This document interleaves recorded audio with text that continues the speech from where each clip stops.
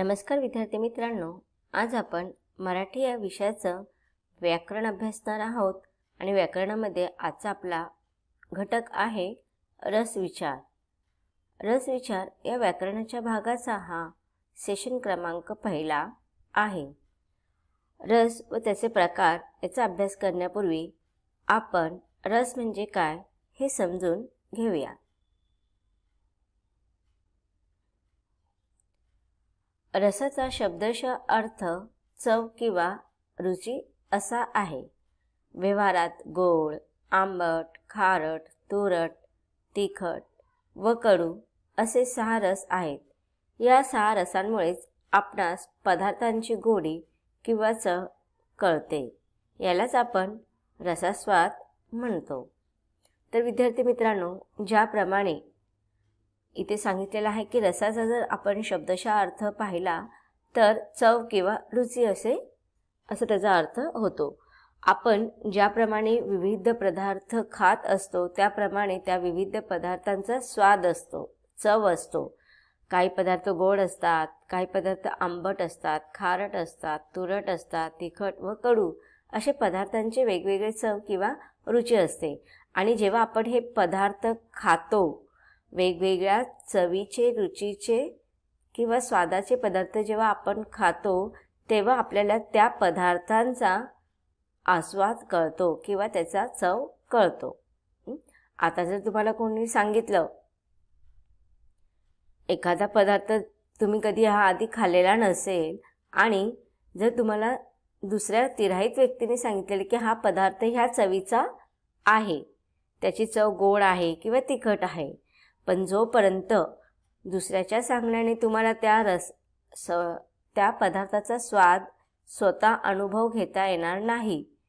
मग जेव्हा तुम्ही एखादा पदार्थ खाता आणि तो पदार्थ खाल्ल्यानंतर त्याची चव जेव्हा कळते तुम्हाला, त्यावेळेस तो प्रत्यक्ष जो अनुभव असतो त्यालाच आपण रसास्वाद असे म्हणतो, म्हणजे एखाद्या पदार्थाचा स्वतः घेतलेला आस्वाद। मग त्याचप्रमाणे ज्याप्रमाणे आपल्या जीवनामध्ये अन्नपदार्थामध्ये वेगवेगळे रसास्वाद असतात, तसेच साहित्यामध्ये सुद्धा वेगवेगळे रस असतात। साहित्य वाचल्याने, ऐकल्याने किंवा पाहिल्याने मानवी अंतःकरणातील भावना उद्दीपित होतात व रस निर्मिती होते। आता बघा, ज्याप्रमाणे आपण एखादा स्वाद जोपर्यंत आपण अनुभव घेत नाही तोपर्यंत आपल्याला त्याचा आस्वाद घेतल्यासारखा वाटत नाही।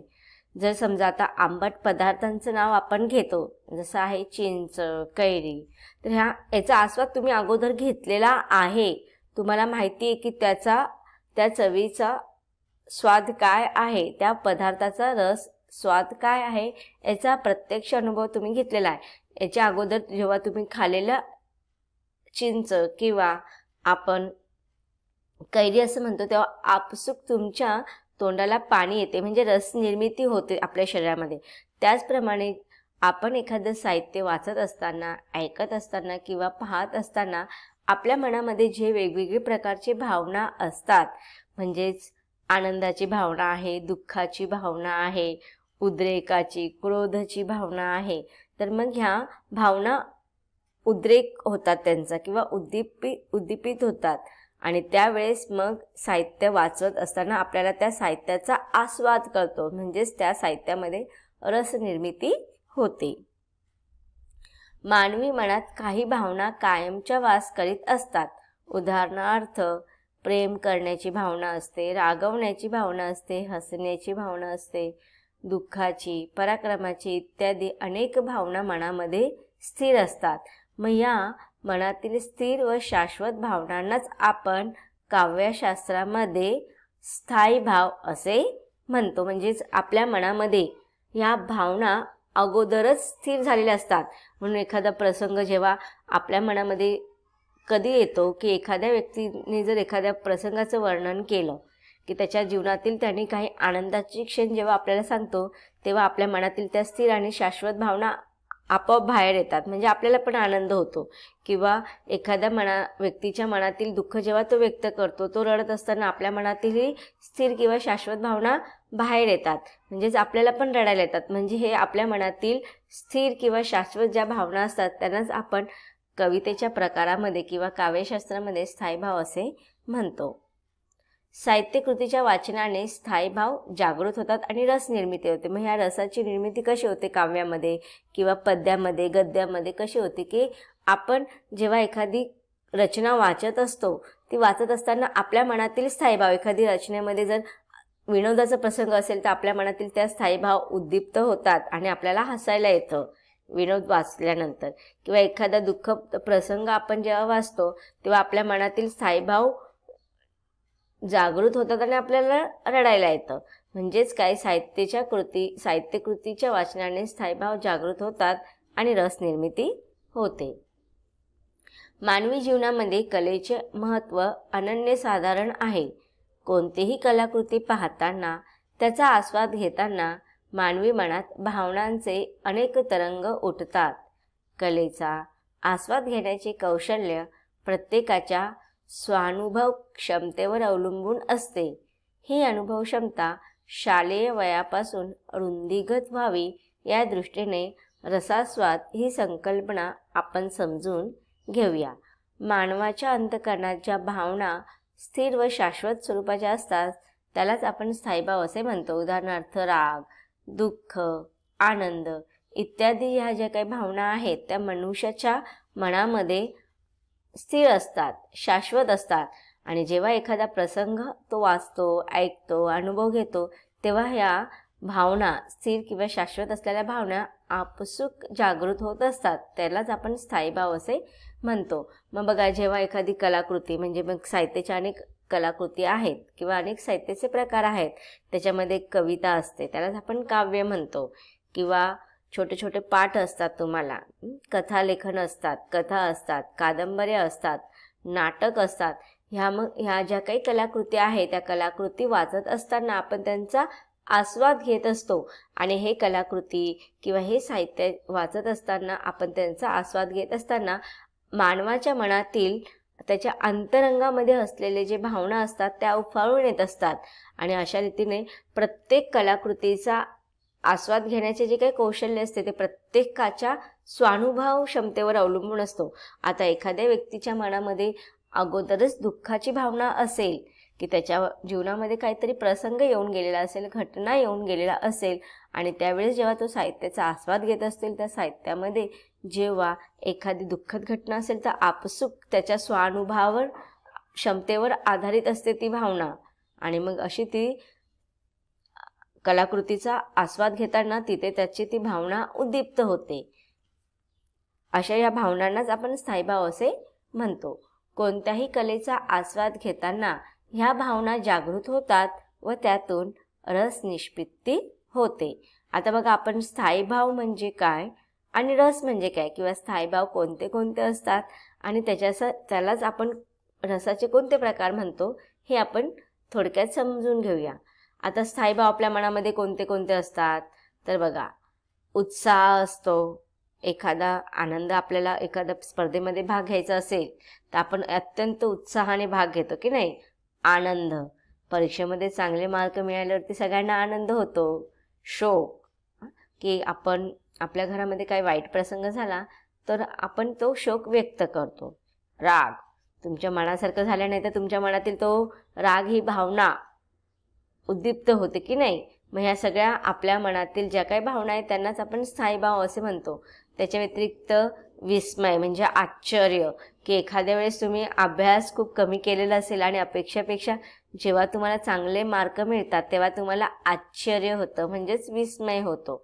भय, दुःख, भय म्हणजे काय, भीती, की बघा काही मुलांना ना खूप अभ्यास केल्यावरती सुद्धा परीक्षेची फार भीती वाटत असते. तर ही भीती किंवा हे भय हे सुद्धा स्थायीभाव आहे. दुःख आणि कंटाळा, अभ्यासाचा कंटाळा करतात की नाही, तर हे सगळे कंटाळा, दुःख, भय, विस्मय, राग, शोक, आनंद, उत्साह हे काय आहेत, आपल्या मनातील स्थायीभाव आहेत. आणि जेव्हा हे स्थायीभाव एखादी कलाकृती वाचताना उद्दीप्त होतात तेव्हाच रस निष्पत्ती होते किंवा म्हणजेच रसाची निर्मिती होते. मग बघा आता ह्या स्थायी भाव जे आहेत त्या स्थायी भावांची उत्कट स्थिती म्हणजेच काय, रस. तर ज्या प्रकारे हे रस स्थायी भाव आपण पाहिलेले आहेत त्याच प्रकारे रस सुद्धा आहेत. रस हे एकूण 9 रस आहेत, त्याला आपण नवरस असे सुद्धा म्हणतो. तर कोणते कोणते रस आहेत? करुण रस आहे, शांत रस आहे, रौद्र रस आहे, हास्य रस आहे, अद्भुत रस आहे, बीभत्स रस आहे, भयानक रस आहे, शृंगार रस आहे आणि वीररस आहेत. तर अशा प्रकारे एकूण 9 रसाचे वेगवेगळे प्रकार आहेत आणि ह्या रसांमध्येच हे स्थायी भाव उद्दीप्त झालेले असतात.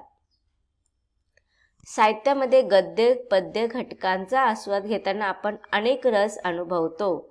गद्य पद्य घटकातून चपलकपणे व्यक्त होणारा आशय, 2 ओळींमधील गर्भितार्थ, रूपकात्मक भाषा, पद्य घटकांतील अलंकार, सूचकता, प्रसाद, माधुर्य हे काव्यगुण पदोपदी प्रत्ययास येतात. मग बघा एखादी साहित्य अभ्यासात असताना मग ते पद्य असो किंवा गद्य असो, पद्य म्हणजेच काय, कविता, आणि गद्य म्हणजे ज्याला आपण कथा, नाटक किंवा छोटे छोटे तुमच्या पाठ ज्याला आपण म्हणतो की नाही, किंवा गोष्ट, याला आपण गद्य म्हणतो. किंवा कथा कादंबऱ्यांना पण आपण गद्य म्हणतो. मग जेव्हा आपण साहित्याचे गद्य किंवा पद्य ह्या कृती वाचत असतो, त्यांचा आस्वाद घेत असतो, त्यावेळेस आपल्याला अनेक रसांचा अनुभव आपल्याला मिळत असतो. मग या गद्य आणि पद्य घटकातून जो काय आशय व्यक्त होत असतो तो कधी कधी एका ओळीमध्ये असतो, कधी कधी 2 छोट्याशा ओळीमध्ये सुद्धा आपल्याला फार मोठा त्याचा भावार्थ समजून येतो, गर्भितार्थ समजून येतो. आणि कधी कधी काव्यामध्ये तुम्ही बघतात की जे कवी असतात ते रूपकात्मक भाषेचा उपयोग करतात, त्याच्यामध्ये अलंकार असतात, प्रसाद, माधुर्य, सूचकता हे काव्यगुण आपल्याला प्रत्ययाला येत असतात.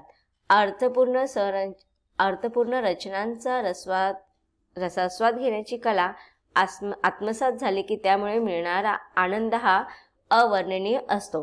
तर बघा इथे तुम्ही पाठ्यपुस्तकाच्या व्यतिरिक्त इतर जे साहित्य वाचत असतील तर ते वाचण्याची आवड निर्मिती कशामुळे होते की जेव्हा एखादी साहित्यकृती तुम्ही वाचत असतात आणि त्या साहित्यकृतीमधील वाक्यांचा, शब्दांचा भावार्थ तुम्हाला कळाला, गर्भितार्थ तुम्हाला कळाला, त्या कृतीचा जेव्हा तुम्हाला अर्थ कळतो तेव्हा त्याचा आस्वाद, बघा तुम्ही एखादी गोष्ट वाचत असाल तर ती गोष्ट जोपर्यंत संपत नाही तोपर्यंत तुम्ही ती पुस्तक सोडत नाहीत, वाचतच राहतात, सगळं कामधाम बाजूला सोडून देतात. म्हणजेच काय, त्या रचनाचा तुम्ही रसास्वाद घेत असतात. आणि असा जेव्हा आपण रसास्वाद घेत असतो तर त्यामुळे जो काय आनंद मिळत असतो तो अत्यंत अवर्णनीय असा असतो. म्हणजेच काय, भाषा समृद्धीसाठी रसास्वाद या घटकाकडे आवर्जून लक्ष दिलं पाहिजे. मनातील वैयक्तिक दुःखांची भावना जर साहित्यातून अनुभवायला आले तर तिथे करुण रसाची निर्मिती होते.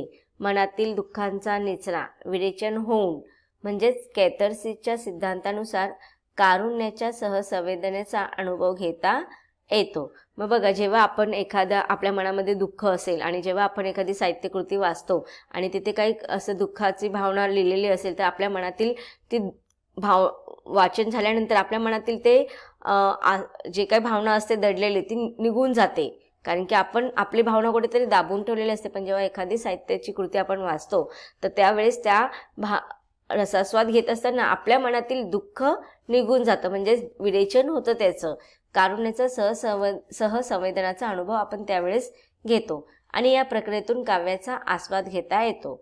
तसेच वैयक्तिक दुःखाची भावना सार्वत्रिक होऊन तिचे उदात्तीकरण होते.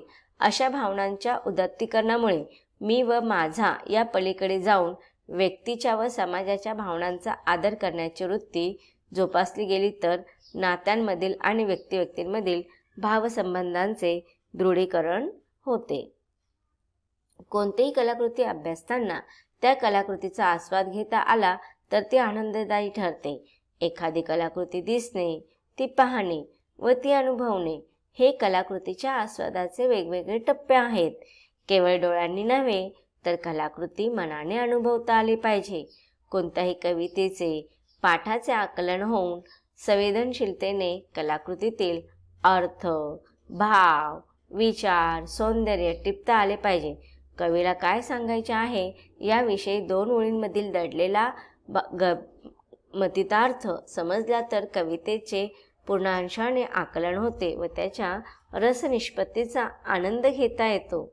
आपल्या पाठ्यपुस्तकातील प्रत्येक पाठ, प्रत्येक कविता, प्रत्येक घटकाकडे पाहण्याचा अर्थ समजून घेण्याची ही आस्वादक दृष्टी विकसित झाली तर भाषेचा खरा आनंद प्राप्त होतो. रस ही संकल्पना संस्कृत साहित्यातून आलेली आहे. ती शिकवताना प्रामुख्याने कवितांची उदाहरणे दिली जातात. याचा अर्थ रस फक्त काव्यातच असतो असे नाही, तर तो साहित्याच्या प्रत्येक प्रकारामध्ये असतो. म्हणजे तो कथा कादंबऱ्यामध्ये असू शकतो, तो उपन्यासमध्ये असू शकतो, तो संस्मरणमध्ये असू शकतो, तो निबंधामध्ये सुद्धा असू शकतो किंवा नाटकामध्ये सुद्धा असू शकतो. तसेच कधीकधी या 9 रसांव्यतिरिक्त अनेक वेगवेगळ्या प्रकारच्या भावभावनाही असू शकतात. कोणत्याही साहित्यामध्ये एक किंवा अधिक रस असू शकतात. कवितेतील रस हा विशिष्ट शब्दात नसतो. उदाहरणार्थ, कवितेमध्ये वीर हा शब्द जर आला म्हणजे त्या कवितेत वीर रस असेल का? तर तसं नसतं. म्हणजेच हुंदका शब्द आला म्हणजे तिथे करुण रस असेलच असे नाही.